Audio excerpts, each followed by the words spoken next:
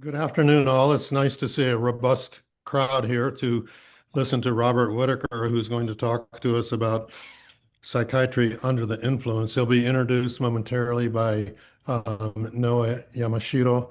Um, but before we get to that, I'd just like to say that this seminar is the seminar of the Health and the Public Interest graduate program at Georgetown. Jennifer is going to put that URL for the program in the um, sidebar in chat. It's a program that emphasizes non-medical, in other words, social and other non-clinical things that affect health and healthcare, and of course, prescribing and use of drugs, et cetera, is an important aspect of that. So I'm sure we'll be hearing some of that today. And with that, let me just say how the seminar is going to run. It's going to go for about 40 or 45 minutes after a brief introduction by Noah of our speaker. And then we'll go to questions moderated by Noah first from students and then the broader audience. And we ask that especially students, get your questions up and think about them before we get to them because it's not good to sit around and wait for them, especially when we have a crowd this size today. So with that, I'll just turn it over to Noah. And Bob, thanks for being here today and looking forward to this. Thank you so much, Dr. Myers, and hello to everybody that is on this call. It's such a pleasure to introduce today's speaker, Robert Whitaker, who's a journalist and author whose work has profoundly shaped public conversations about psychiatry and mental health care. Over the course of his career, Whitaker has examined the scientific, ethical, and institutional foundations of modern psychiatric practice, bringing rigorous reporting and accessible storytelling to complex and often controversial topics. He has written and published numerous books. Among the most recent are Anatomy of an Epidemic, which investigates the rise in psychiatric diagnosis and long-term medication use in the United States, and Psychiatry Under the Influence, which explores the relationship between academic psychiatry and the pharmaceutical industry. Through his works, Robert has sparked international dialogue about evidence, transparency, and patient outcomes in mental health treatment. Articles he co-wrote won the 1998 George Polk Award for Medical Writing and National Association of Science Writers Science and Society Journalism Award. A Boston Globe investigative series he co-authored was a finalist for the Pulitzer Prize for Public Service, and Anatomy of an Epidemic received a 2010 Investigative Reporters and Editors Award for Best Investigative Journalism Book. In addition to his books, he is the founder of the online publication Mad in America, where he continues to report on research, policy, and lived experience in mental health systems.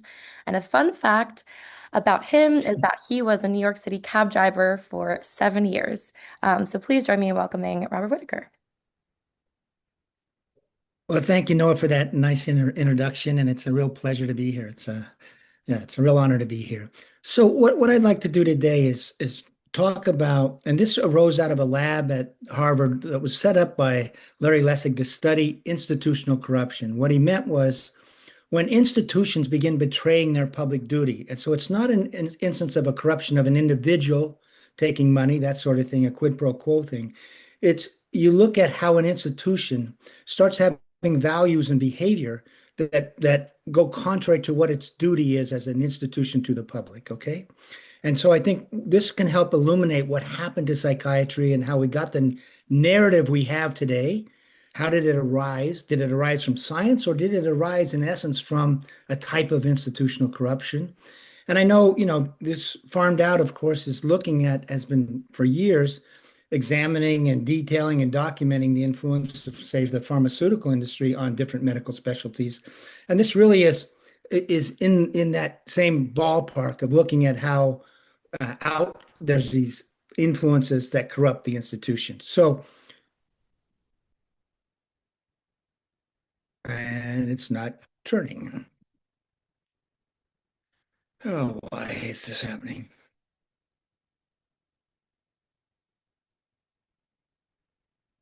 Sorry about this. This is, let me do this, see if this will work. There we go. Sorry. So here's the framework for studying institutional corruption. First of all, you got to look at what is the institution's public duty. So we're going to ask, what is a medical specialty? What does the public think of them? Think of what they can expect of that specialty. Then second, you're going to look at, are there economies of influence? That's a term that was developed at this lab for institutional corruption that have led the institution to fail to fulfill its public duty. So again, it's not a quid pro quo example, really, but that there's these outside influences. We're going to see there's two on psychiatry that cause a corruption within the institution itself. Then we're going to look at examples of this failure. Then we're going to look at the social injury that results from this failure. And then we're going to look at for prescriptions for reform.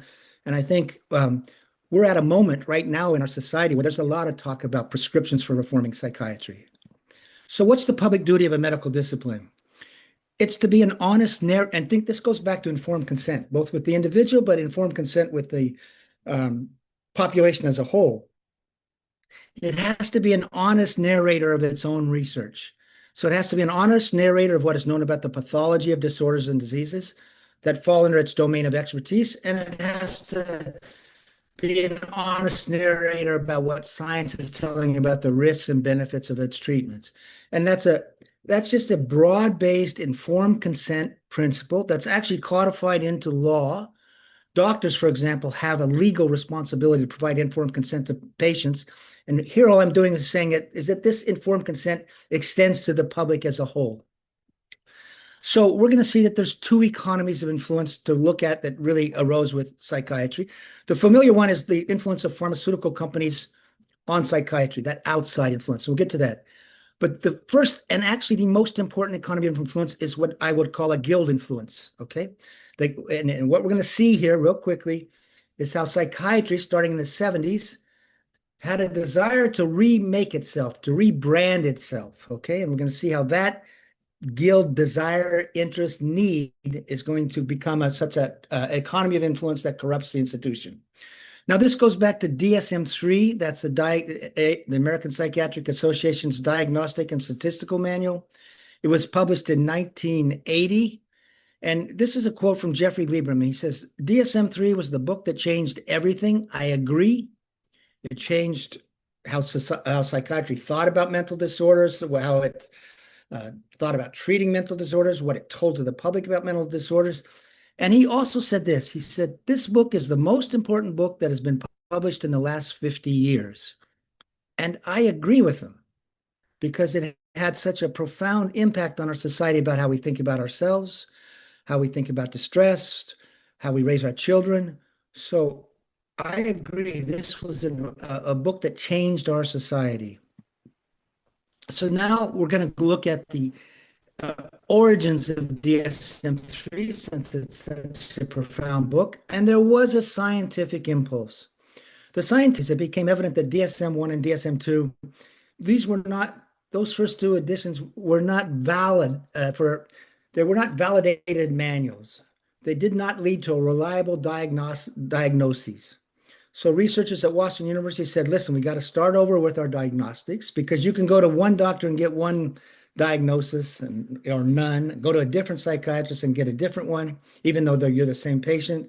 And so with this, the idea was, we'll try to find sort of 20 groups of people with same symptoms, and then we'll use this as a means to do research to see if there's a genetic component for, say, one of the 20 groups, or a common course, that sort of thing. That's a valid scientific need, desire, impulse.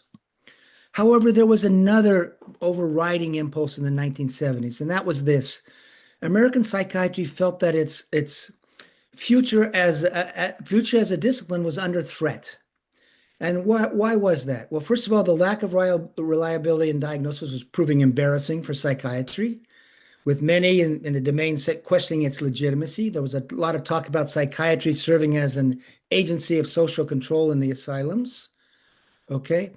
Thomas Szasz, in his popular book, The Myth of Mental Illness, dismissed ideas of psychiatric disorders as scientifically worthless and socially harmful. And by the way, when that book was published in the 60s, it was well reviewed by major media. It wasn't seen as an outside idea. You had patients organizing into liberation groups, and they're saying, we want to be they called themselves psychiatric survivors. They survived psychiatric treatment and they wanted to be left alone. Then you had this psychiatry in its use of talk therapy, psychoanalysis in particular, could not prove that its form of talk therapy was any better, any more effective than talk therapy by psychologists, social workers, and other therapists. Okay, but it was more expensive. So you actually had people in Congress saying, why should we be paying for this? And you come all that together, and there were some other elements that really stirred the crisis. The movie One Flew Over the Cuckoo's Nest helped stir the crisis because it pictured the people in the asylum as more sane than the people who were running the asylum. And so you find that in the 1970s, the American Psychiatric Association, in its own discussion, said the field was in a crisis and it faced extinction if it did not repair its image with the public. And you even see the New York Times saying the field is in a crisis. So what's the solution? American Psychiatry says we need, because right now it's branded, psychiatry has a sense of treating people lying out on a couch, okay? Stroking their beard and stuff. They said they have to rebrand themselves as a medical specialty that treated diseases of the brain. They have to put on the white coat. And one of the ideas is the white coat has such prestige in society. What do white coat doctors do? They treat real diseases. They treat infectious diseases, that sort of thing. And then you can read here from Gerald Claremont. He says, there's a boundary between the normal and the sick. It is the task of scientific psychiatry as a medical specialty to investigate the causes, diagnoses, and treatment of these mental illnesses. So they're going to reposition themselves now as treating diseases of the brain, okay? And basically put on a white coat. So that's when they do DSM-3, that's the conception. Now, but rather than have 20, there's 265 different diagnoses, disorders in DSM-3. Now, why are there so many? Because they felt they had to have a diagnosis for anyone who came in to see them, okay? But but they're now going to say these are diseases of the brain. We're going to promote this model to the public. Now, Nancy Andreasen was editor-in-chief of the American Journal of Psychiatry. She wrote a very famous, very popular book called The Broken Brain in 1984. And now she's going to present this new idea to the public. What does she say? The major psychiatric illnesses are diseases. They should be considered medical illnesses just as diabetes, heart disease, and cancer are. The thought is that each different illness has a different specific cause. There are many hints that mental illness is due to chemical imbalances in the brain, and that treatment involves correcting those chemical imbalances. Stop for a second. If that's true, that's probably the greatest advance in medical history. But given how complex the human brain is, and what they're beginning to say is they're identifying the molecule that causes schizophrenia, the molecule that causes depression, the molecule that causes bipolar disorder, and they can fix it, like insulin for diabetes. And given the complexity of the brain, if this were true, I would say that's the greatest medical advance in history.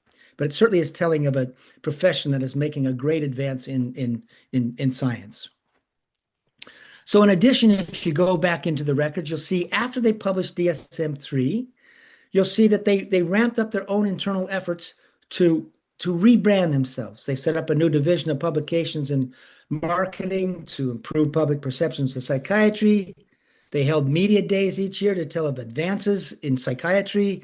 They organized media training program for psychiatrists, how to sell this new disease model to the public. By the way, that was paid for by pharmaceutical companies. And they developed fact sheets for distribution to the press and into doctors' offices that told of advances in research of psychiatric disorders or diseases and the efficacy of its treatments for these diseases. So what they're saying is we've left behind the couch. We've left behind talk therapy. And now we've made this great advance in science where we're recognizing that these are diseases of the brain and our diagnoses, these are distinct diseases, and we're getting treatments that are very effective for that because they fix chemical imbalances in the brain. So that's the first economy of influence, okay? Is the guild interest to rebrand itself as a medical discipline that treats diseases. Now, who else is happy with DSM-3? the pharmaceutical industry, because they immediately, and Robert Spitzer was head of the DSM-3 task force. Why is the pharmaceutical industry so excited about this? Because they understand this is going to greatly expand the market for psychiatric drugs. So, for example, you can't get FDA approval for a drug for unhappiness.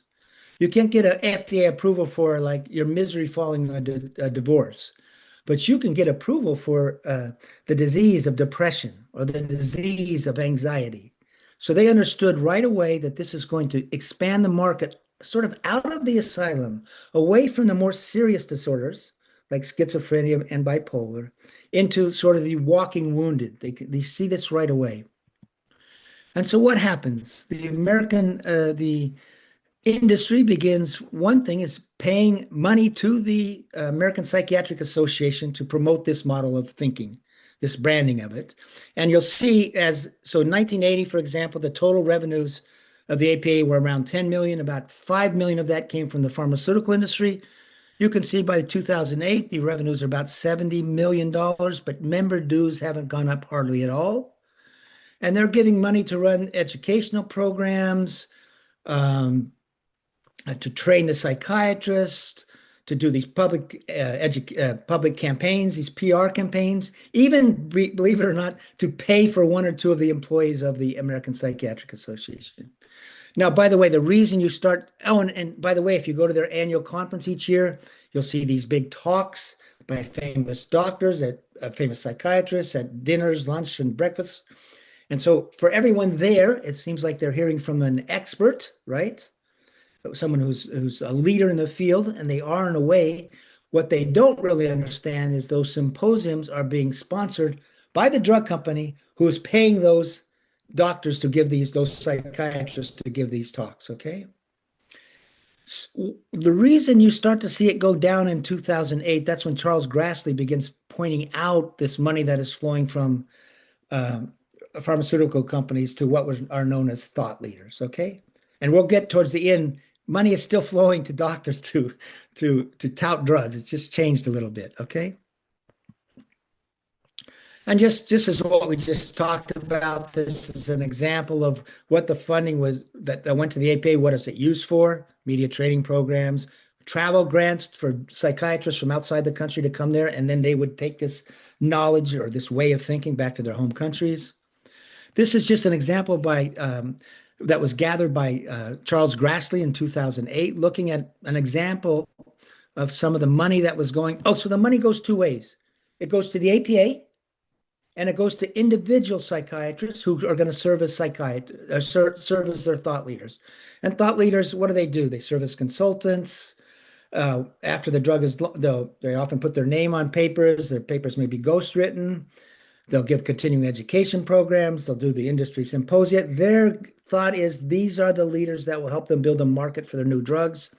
So Joseph Biederman, for example, he got $1.6 million for just one company.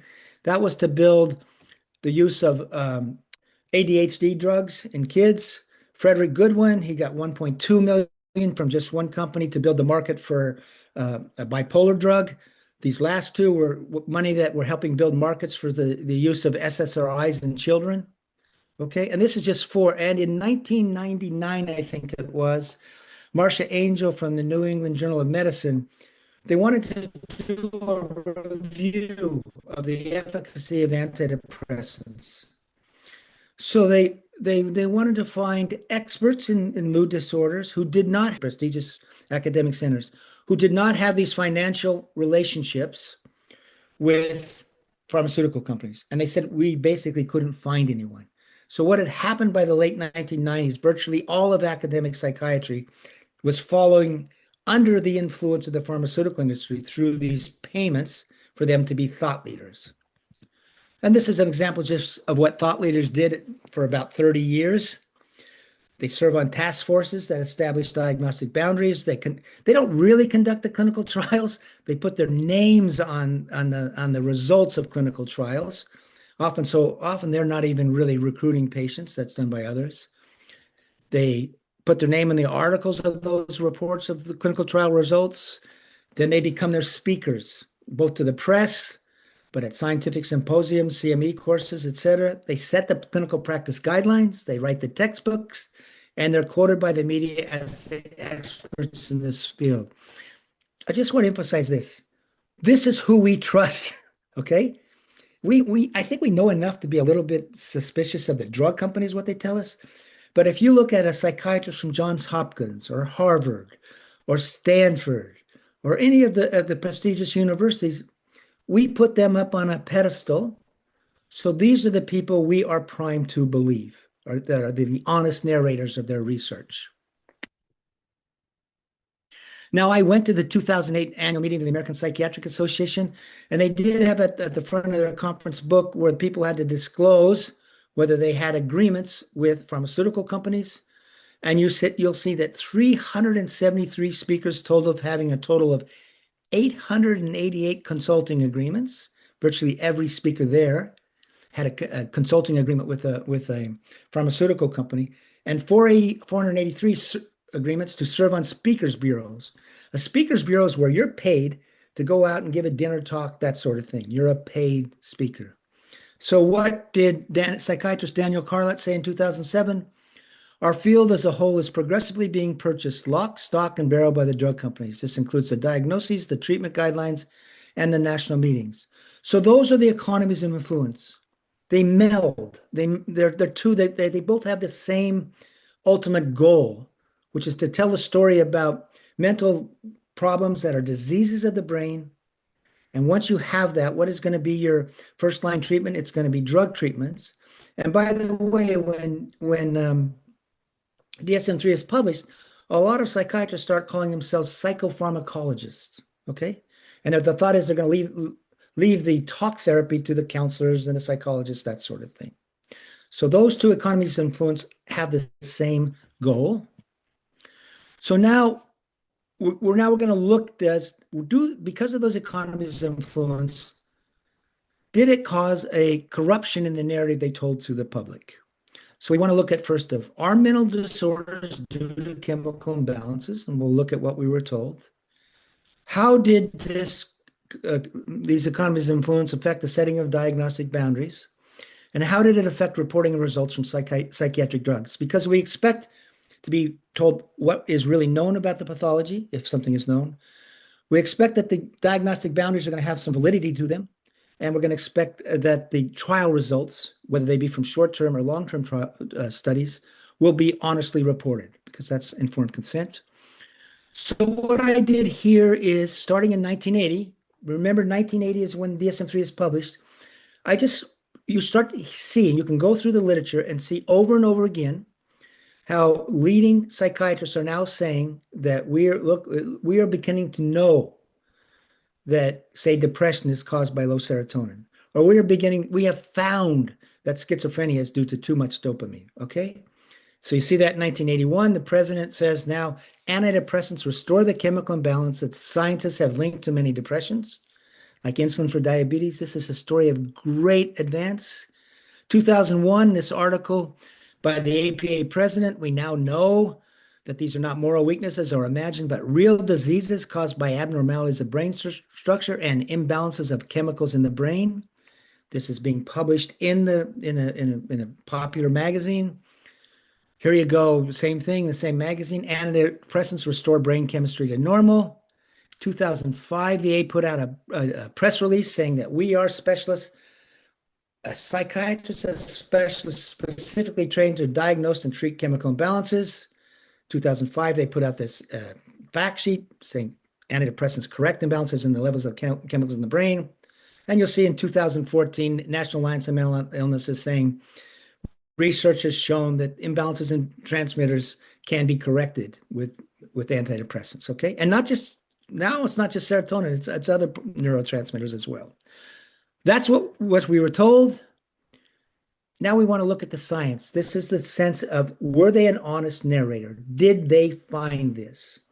So if you look in the chemical imbalance theory of mental disorders, you find that it arose in the 1960s, not because of any discovery of what was happening in patients, but because of a discovery of the mechanism of action of drugs. So let's stay with the antidepressants.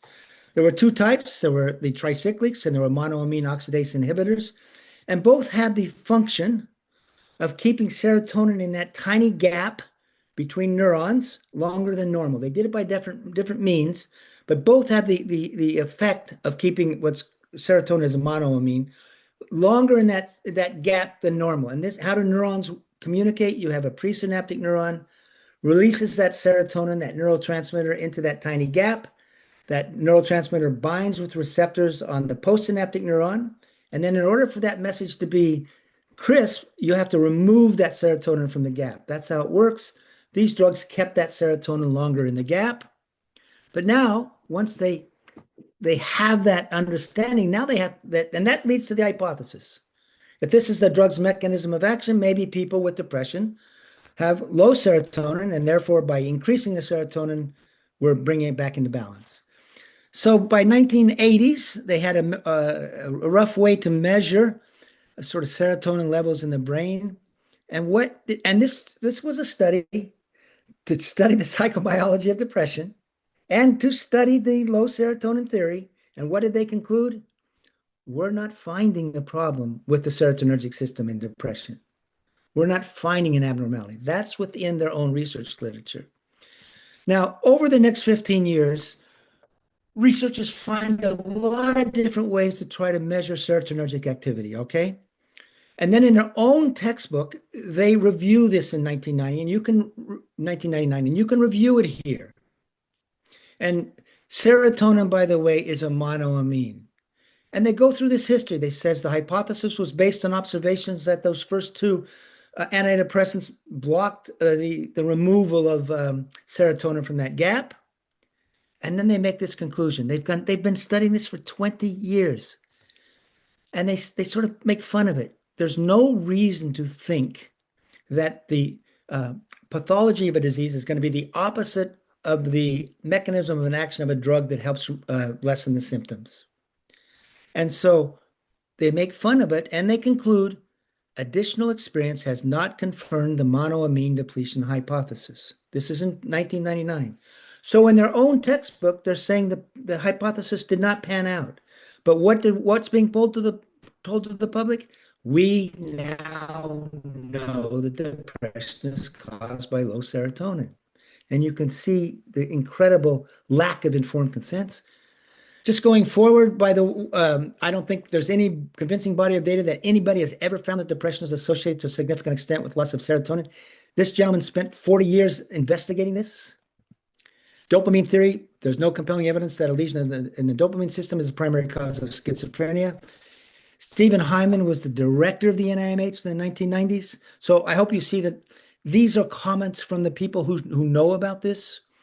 And then Kenneth Kendler, who was one of the leading experts in the world about studying chemical imbalances. What does he say?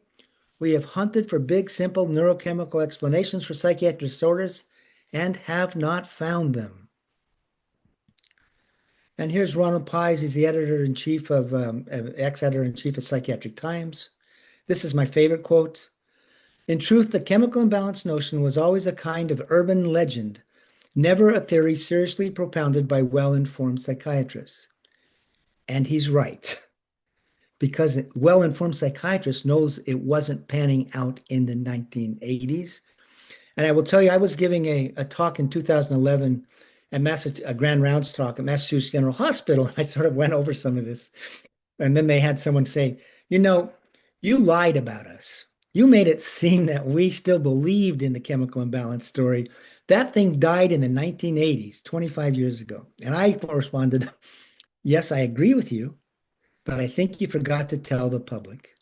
And everybody's head went like that. So there we're seeing that psychiatry, all this for many, many years, was not an honest narrator of its own research into the chemical, disturbances in the brain that they said was associated with depression. And yet, look at this. Our minds changed. 80% of Americans said they now knew depression was caused by chemical imbalance, schizophrenia by chemical imbalance. That's a story that's data that tells of a public that's been been made to believe in a falsehood, basically, what the research didn't show. They're deluded about it. So question 2, did the financial influences affect the setting of diagnostic boundaries? What you'll find, and this is work done by Lisa Cosgrove, Dr. Berman knows this work very well. And what Lisa and her collaborators did, they just looked at when they were doing DSM-4 and DSM-5, how many of the members of the task force were also getting money from the drug companies. And you'll see it's the majority with mood disorders on DSM-4. Everybody on that task force was getting money from the drug companies. So if you're setting diagnostic boundaries, do you want them tight or do you want to loosen them? What do the drug companies want? They want to loosen them. They want them to expand the boundaries, make it easier to diagnose. And by the way, if psychiatry loosens them, that also increases its domain of responsibility, the number of people that sort of would see could be patients for them. So they also have an interest in expanding the market, in essence, for their services. Real quick, we'll just look at how the ADHD story is a case study of building a diagnostic market for drugs. So there was no ADHD diagnosis prior to 1980. In DSM-3, it is first identified as a discrete disorder. And the cardinal symptoms said to be inattention, impulse, in 3% of children, okay? Now in DSM-4, now they say there's these 3 subtypes. You can just be inattentive. You don't actually have to be hyperactive only, okay?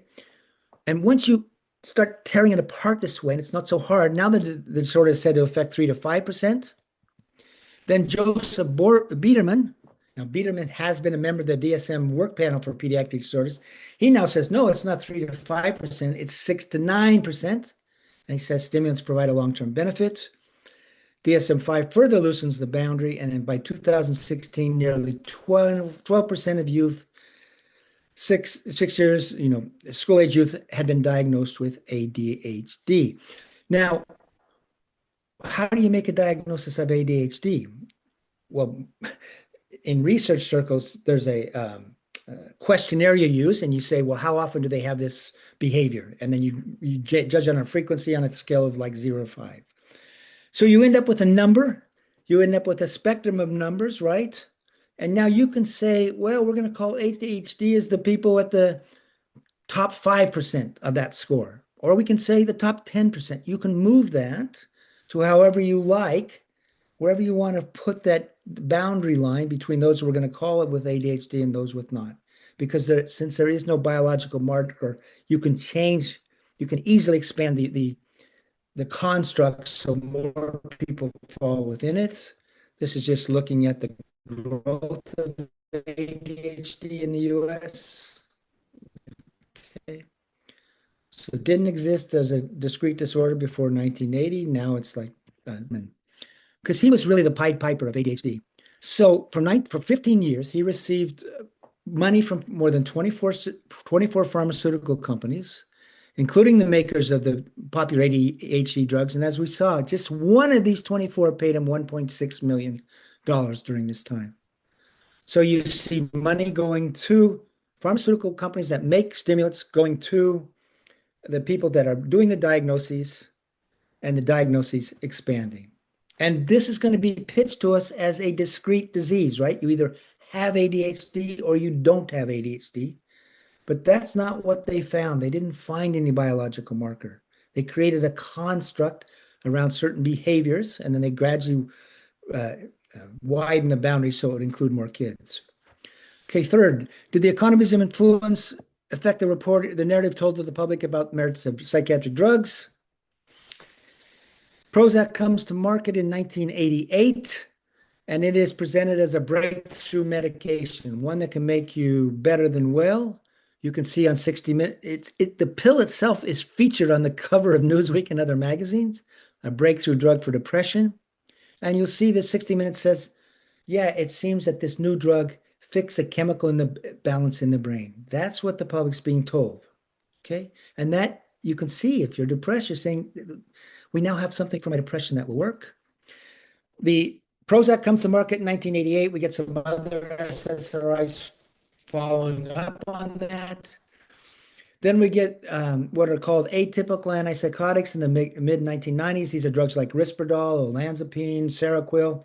And once again, we've said these new drugs do a better job of balancing all the brain chemicals. Los Angeles Times, that used to be that schizophrenic patients were given no hope of improving. Now, thanks to new drugs, they're moving back into society like never before. This is an extraordinary advance in care. So now we have limited time. Let's look at that story around antidepressants, fixing chemical imbalances. This is the increase in the percentage of people taking antidepressants. So you'll look when Prozac comes to market, not many people are taking antidepressants, less than 2%. But now with this story of breakthrough medications, it keeps rising, rising, rising. And this is the percentage of people 12 years and older who took an antidepressant the previous month. So 14%, okay? That just shows the growth in the market. Now let's look at that story of efficacy. So now what researchers can do is they can do a meta-analysis of all the, say, antidepressant trials, and they can look at how much do these SSRIs, these modern second-generation antidepressants, how much do they reduce symptoms over 6 weeks, over the short term, compared to placebo, okay? And HAM-D is a popular scale used to chart this reduction of symptoms, and you'll see these trials are conducted in fairly severe patients, 25 on a 54-point scale. And you'll see that at the end of 6 to 8 weeks, the reduction in symptoms, that's the green line for antidepressants, is slightly less than for the placebo. You see that? The drug placebo difference in symptom reduction is 2.1 points on a 52-point scale. And what researchers have said, to even have a minimum clinically important difference, one that might be recognized by the patient themselves, you have to have at least 3 to 5 points drug placebo difference to have this at least a minimal clinically important difference. So we're told about breakthrough medications, and but the trials are saying these drugs barely beat placebo and often don't beat placebo. And by the way, if you look at the trials of Prozac, that was true in the very first trials of Prozac as well, okay? So in the trials data that was sent to the FDA, there really was no benefit, no greater benefit than with the tricyclics, barely beat placebo, and that difference was not even clinically important. So another way you try to look at what sort of public health effect a medication may have on a population, with this difference, with this effect size, with this small difference in reduction of symptoms, you get an NNT of 8. What does that mean? You have to treat 8 people to get one additional person who has a benefit, an important benefit, a meaningful benefit beyond placebo. The other 7 do not benefit from the drug. So what you have in terms of a public health thing, you have 7 of 8 patients who are going to suffer the adverse effects of the drugs. This is based on the industry-funded trials, with no benefit beyond what they would have with placebo. But you'll have this one group that one extra response. But you can see the problem here. 7 of 8 are harmed if you just use these drugs willy-nilly. You're going to get a lot of adverse, a lot of people suffering adverse events. Now, I'm going to look at 2 NIMH studies, and then we'll move on and basically to prescriptions for reform. That was industry-funded data. And then we got 2 studies to look at antidepressants, the efficacy of antidepressants first in children, and then efficacy of antidepressants over the long term in real-world patients. This is called the Treatment of Adolescent Depression Study.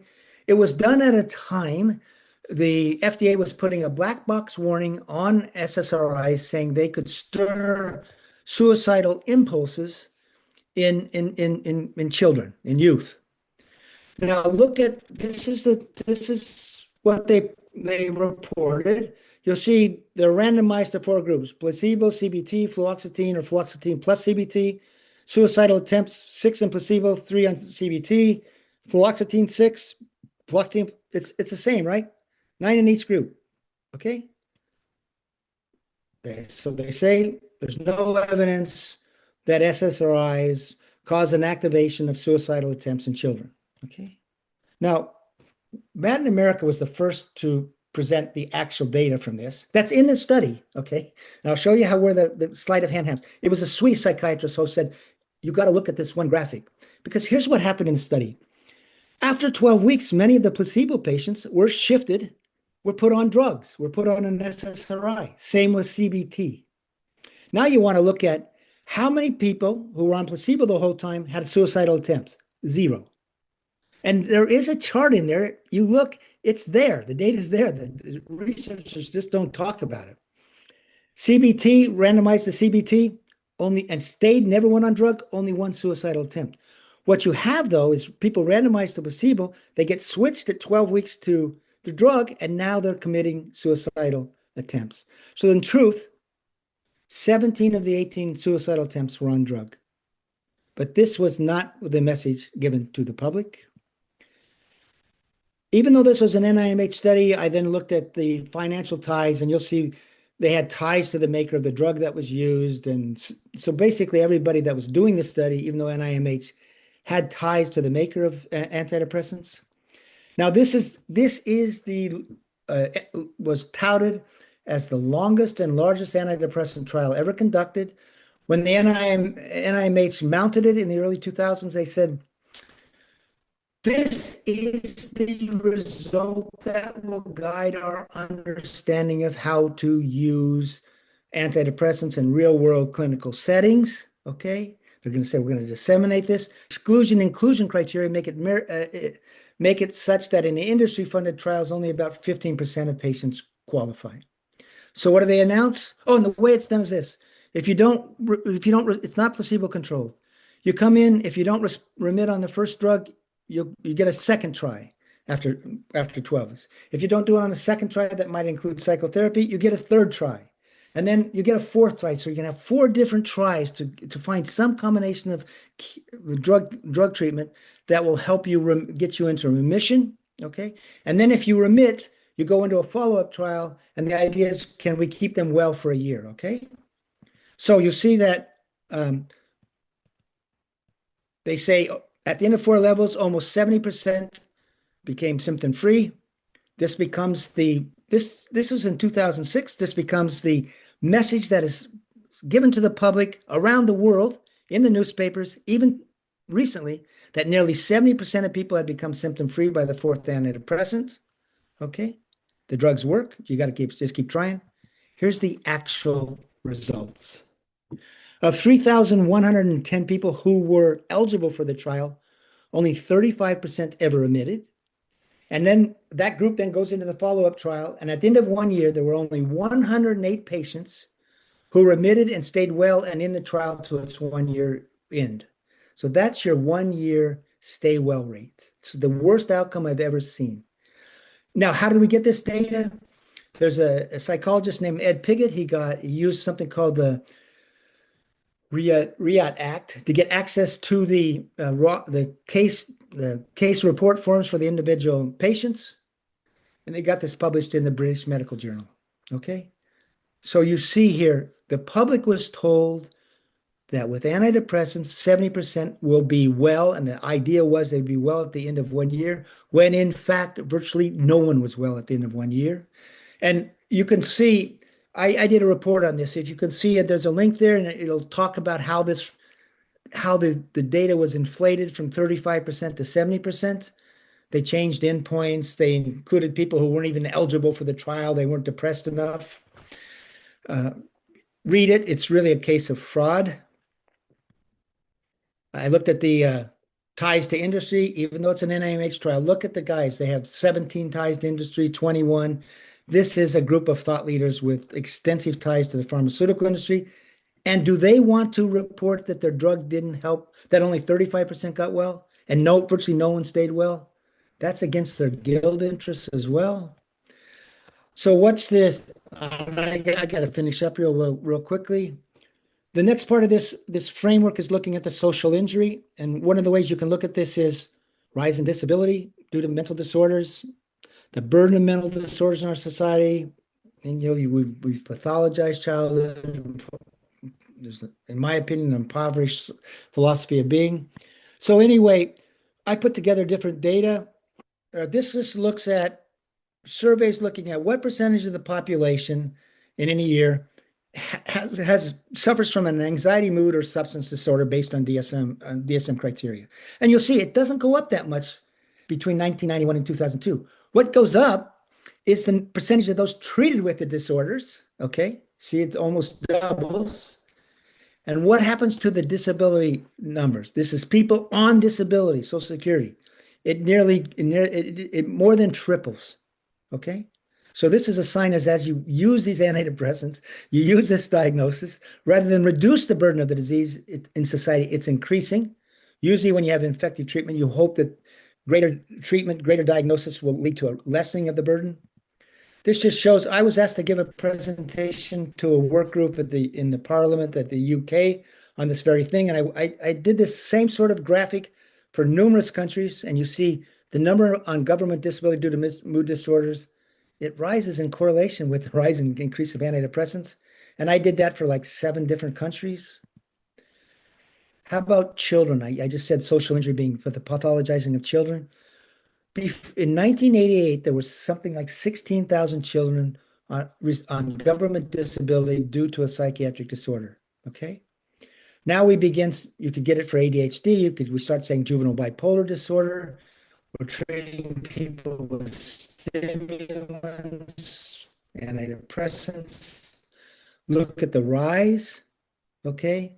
By nearly 800,000 kids were on disability. In other words, they were getting a payment. And if you look at those kids who go on disability, about 2/3 then go on to adult disability at age 18. In other words, they have a career as a mental patient. This is just the rise of the economic burden of depression in the United States since Prozac came on the market. You have direct costs going up, suicide-related costs, workplace-related costs. You see from year 2000 up, there's been a steady increase for the next 20 years in the number of suicides in this country. It rose about 40% during that time. What I just did in this is also just look at the percent increase in antidepressants during this time. And you'll see that there is it's a correlation. It's not a causation. Okay. It's a correlation, but there is other data that does show that it seems that antidepressants increase the risk and I did a whole thing on this, increase the risk that you'll have a suicidal act. Okay. But this is just correlative behavior stuff. Okay. Last thing, this framework. How can we correct the institutional corruption? The first thought is usually, well, let's get rid of the pharmaceutical influence. And in a way, the pharmaceutical influence changed after Grassley, because after Grassley, it became a mark of really a shame for an academic to still be receiving money from pharmaceutical companies. So you'll find that the thought leaders did disappear in psychiatry from what's called the open payments list. You don't see many academics on it. Nevertheless, what you see is there's a few academic doctors on here, but the big thing is you see here, the money's still going to U.S. psychiatrists to be their thought leaders. It's just a different group, and 340 million over this 6-year period. You'll see consulting speaking. I put this together from open payments. This is the top 10 people. You'll see there are some people in the top 10. In fact, most of them are still in the top 10. Not all of them are. Stephen Stahl is important because he writes a book on psychiatric drugs, so everybody wants to give him money. Okay, but you see it's still happening. This is the most amazing thing. If you look at the new drugs brought to market since, say, 2014, and you look at the authors of this is for antidepressants and antipsychotics, you'll see most of them are just now authored by employees of the company. They're not even saying these are independent people. You do have a few non-employee authors that sometimes they'll be like, sometimes the lead author, but often not. But look at this. I looked at 22 studies. There were 119 employee authors on those studies, 68 non-employees. There were 5 without financial ties to sponsors. of the total number of pharma money. So, what's a solution? Usually you say you get rid of the economies of influence. Okay? So you would try to get rid of the pharmaceutical, you'd put up regulations for that pharmaceutical money going to psychiatrists. But how do you change the guild influence? Especially since right now, psychiatry put all its eggs in the basket of being these are diseases. They left counseling and sort of social care to others. Now, can they say that their drugs aren't good? Can General Motors say we produce really bad cars? That's the bind. So I don't think you can expect the guild psychiatry to reform itself because its guild interests are so strong. So what we at MAD in America have been doing since we found this website is we think we need to change the societal narrative. And you change the societal narrative by making this information known. So you write about uh, the STAR-D study. You write about the TAD study. You write about the lack of real efficacy in the antidepressants. You write about these conflicts of interest. But you also write about possibilities of recovery outside that disease model. And you find groups that are rethinking how we should be doing things. And you look at what are they publishing? What sort of results do they have? And because I think that's what we need is a change in our societal understanding away from the chemical imbalance story into we don't know the causes of this. And the one real key thing that you find in the research literature is so often psychiatric disorders, in terms of their natural course, can be episodic disorders. They don't run chronic courses. And that was our understanding before DSM 1980, DSM-3. And I just last two quotes. I want to show you that even coming from very prestigious places, there is now a call for changing the narrative. You can read it here. We got to get away from this thing that says that the problem is in the head of the individual. We have to start looking at social determinants of health, things like poverty,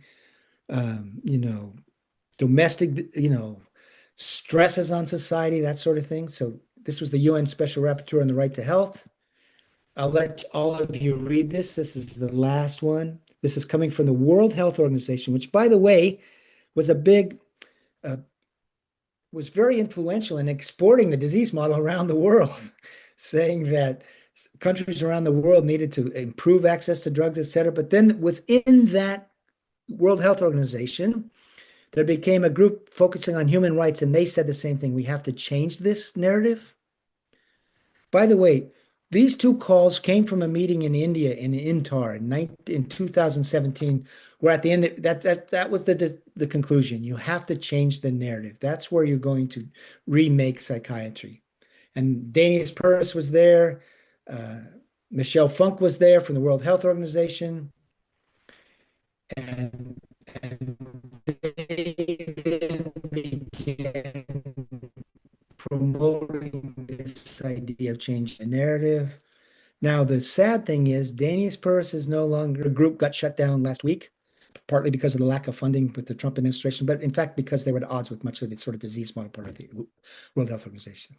All right, that was a rush 50 minutes of looking at how psychiatry fell under the influence of two economies of influence, its own guild influence, its own guild needs and pharmaceutical money, and how, because of that, the profession itself began committing itself to telling what was a false story. When their own research was not proving the chemical imbalance story, they maintained it because that was central to their remaking of their image.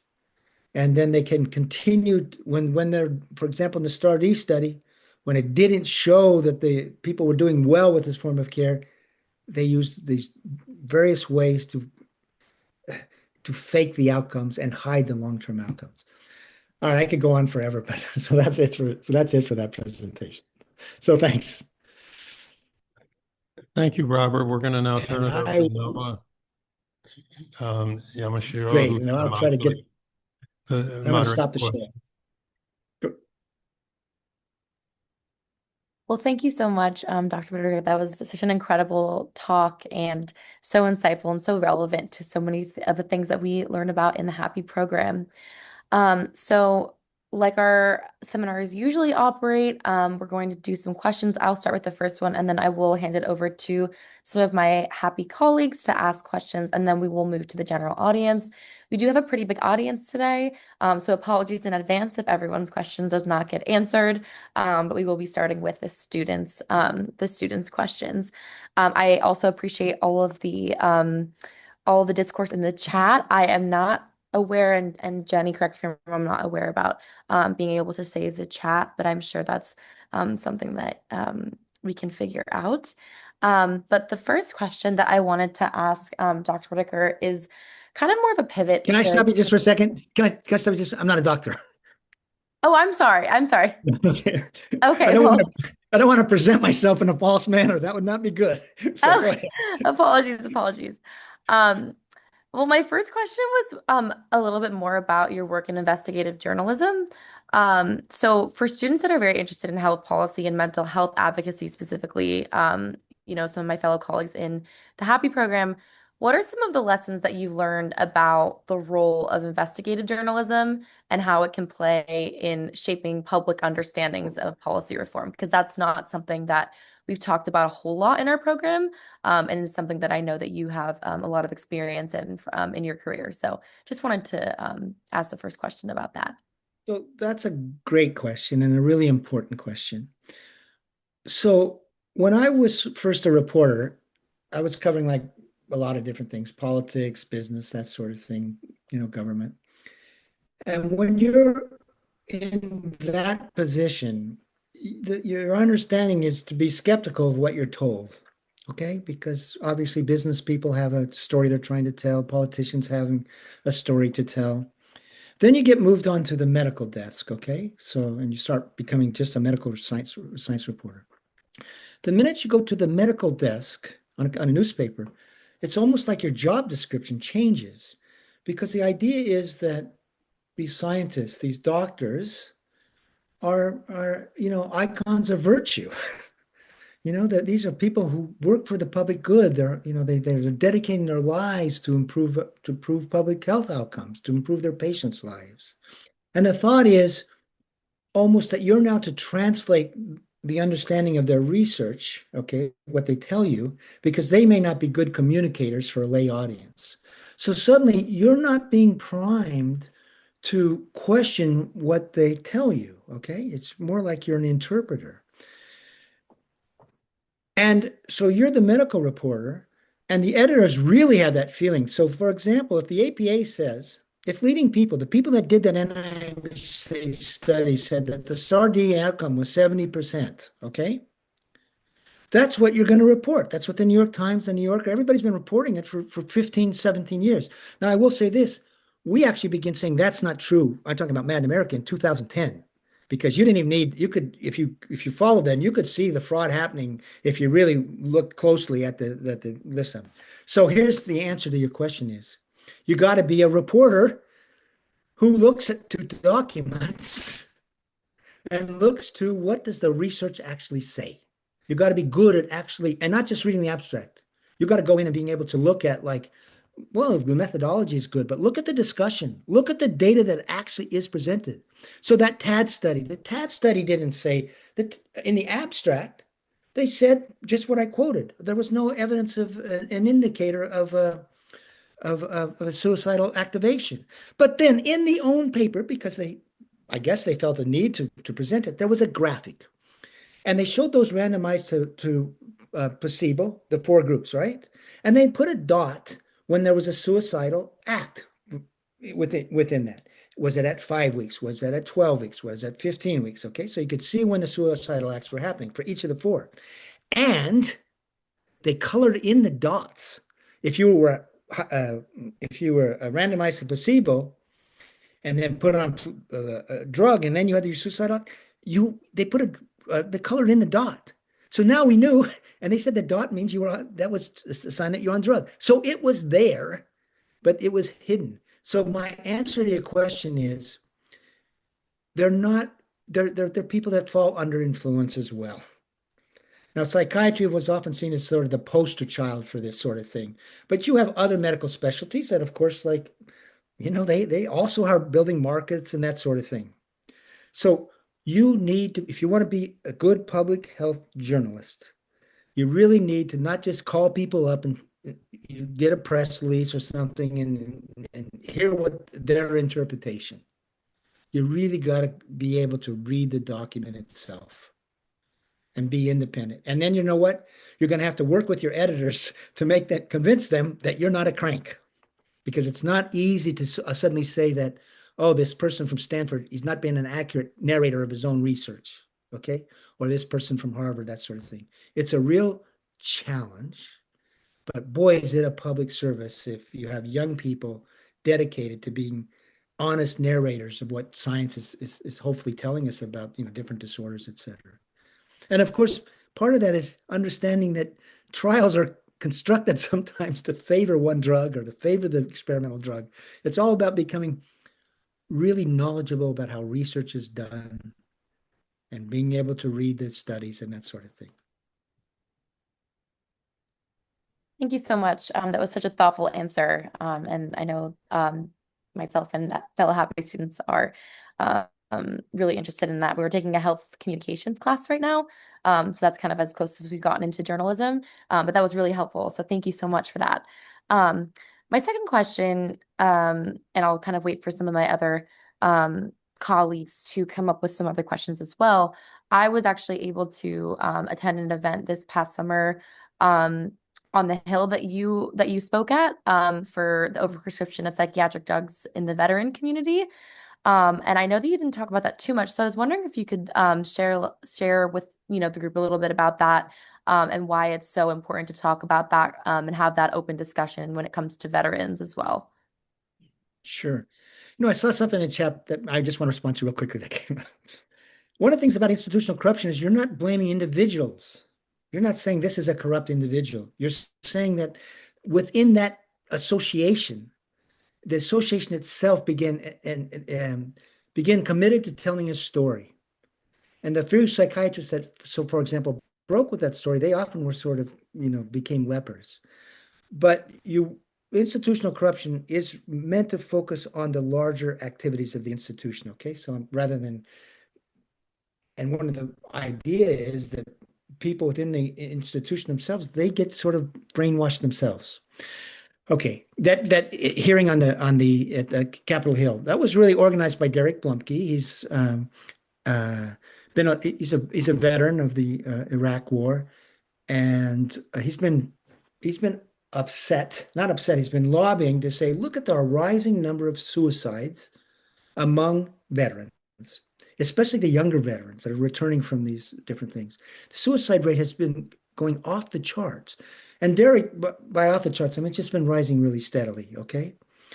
And one of the things that Derek and I did before this is look at the VA put in place an anti-suicide program going back to 2006, I think it was.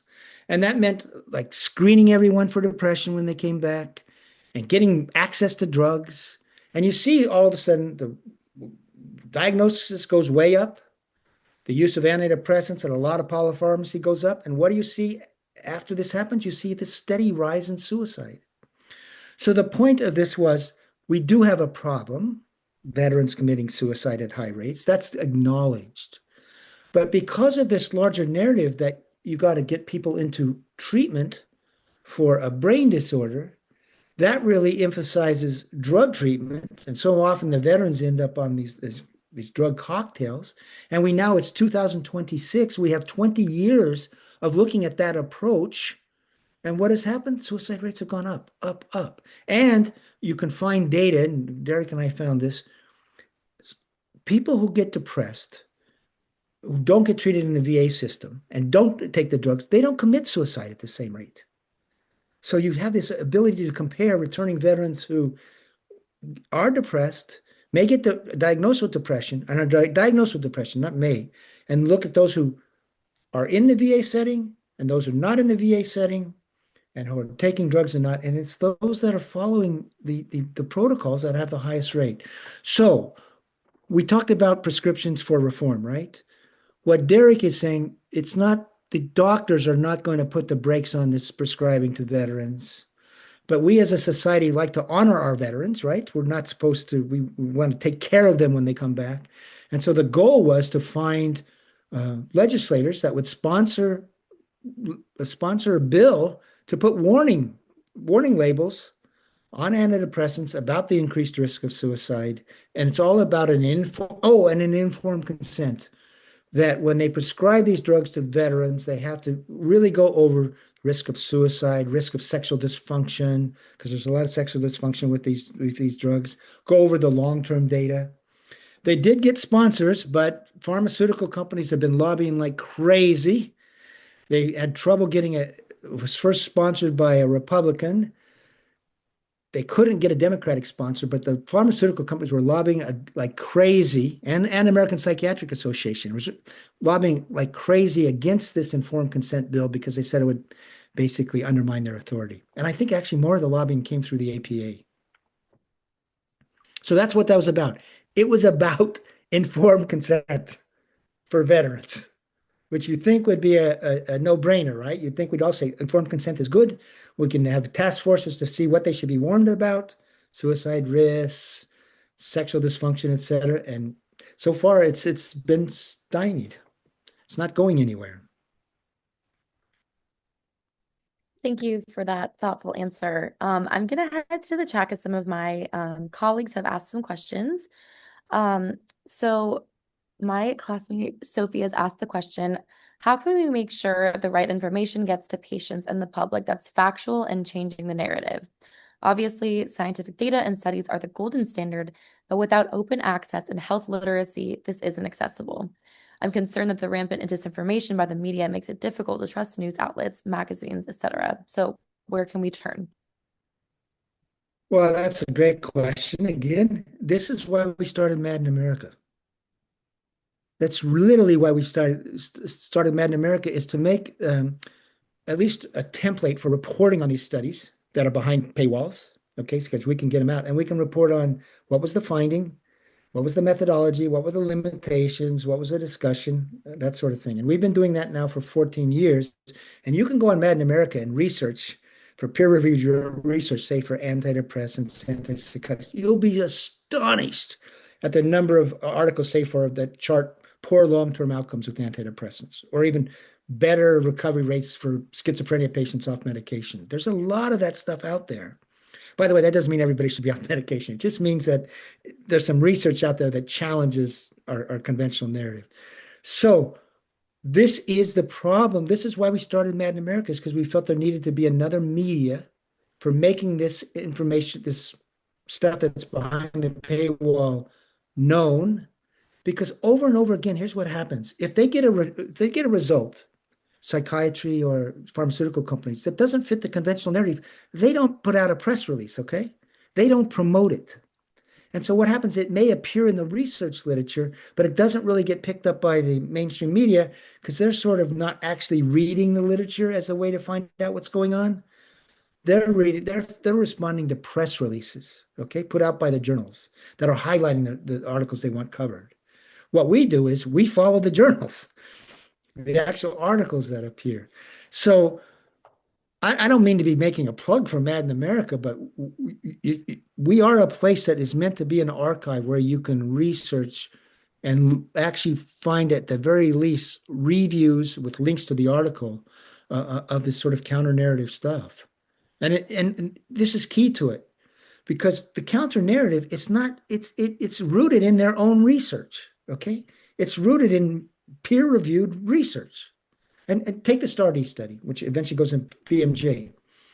Do you know that actually triggered within the research literature people talking about the drugs inducing something called tardive dysphoria over the long term? They actually increased the likelihood you would have a long-term depressed course, okay? And they even posited a biological explanation for that. That was in the literature. That's in the literature. But it's never, have you read about that in the New York Times, Washington Post? It doesn't get reported there. So I don't mean to be doing this, but I don't know anybody who's really trying to make this research known at a regular way that we are at Mad in America. That's why we do what we do. So we only have about 5 minutes left. So if there are short questions, please raise your hands and we'll ask Noah to continue to moderate. But let's try to get in a couple of quick questions. I hope from some students. Yeah, so we do have another question from Molly in the chat. Um, can you elaborate on your comment about kids on disability growing up to have a career as a mental patient? What kinds of policy do you think could help support kids with mental health conditions stabilize and engage in gainful employment? Yeah, what happened, of course, once you enter that system of disability as a kid, often you're on multiple drugs, but you've also got the identity of someone who's disabled, right? And so then you hit 18 and you now go into adult disability. It's like that pathway. This is such a profound question for our society. How do we raise our kids? Do we say that kids are struggling? Are we quick to pathologize them, saying they have a problem inside the head? Or do we work with them to change their environments, okay, and change their behaviors? And therefore, I'll give you a real quick example. There's a man named Howard Glasser who has developed something called the nurtured heart approach. And he goes into school systems, and they've done research on this, where he works with the teachers to change the daily school environment. And what they find when he does this, and ADHD diagnoses go down, academic achievement goes up. So it's an example of where you can change an environment for children and rather than pathologize them, help them enter environments where they're curious, they can feel a sense of competence, that sort of thing. And also I got to say to yourself, we human beings are built to respond to our environments. That's what we are built to do.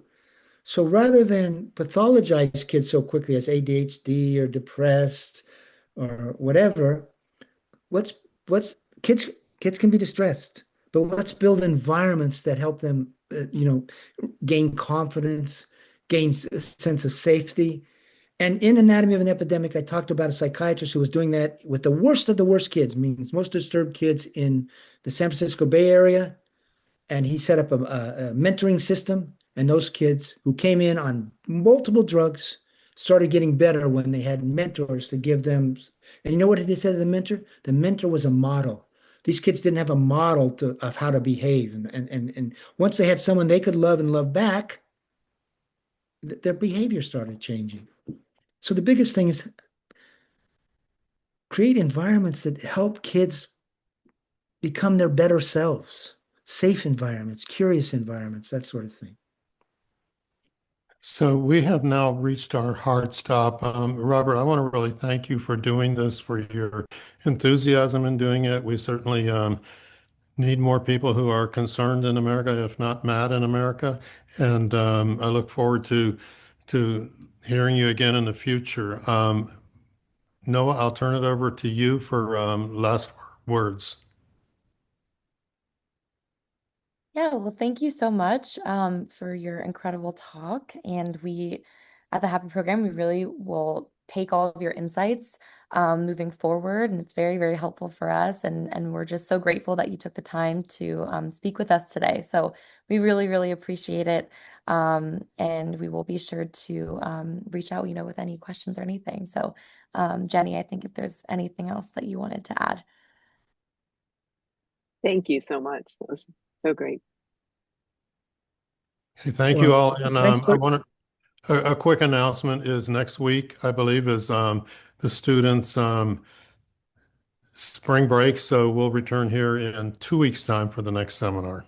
No, I think isn't spring break in 2 weeks? Spring break is the first week of March, so we will The not first have a week of March. seminar during the first week of March. Yeah. Okay. Yeah. Sorry for the misinformation. We have a talk next week and then a week off, and then we'll resume again. Yes. Well, just want to say thanks for the opportunity. I really enjoyed it. So thanks so much. That's great.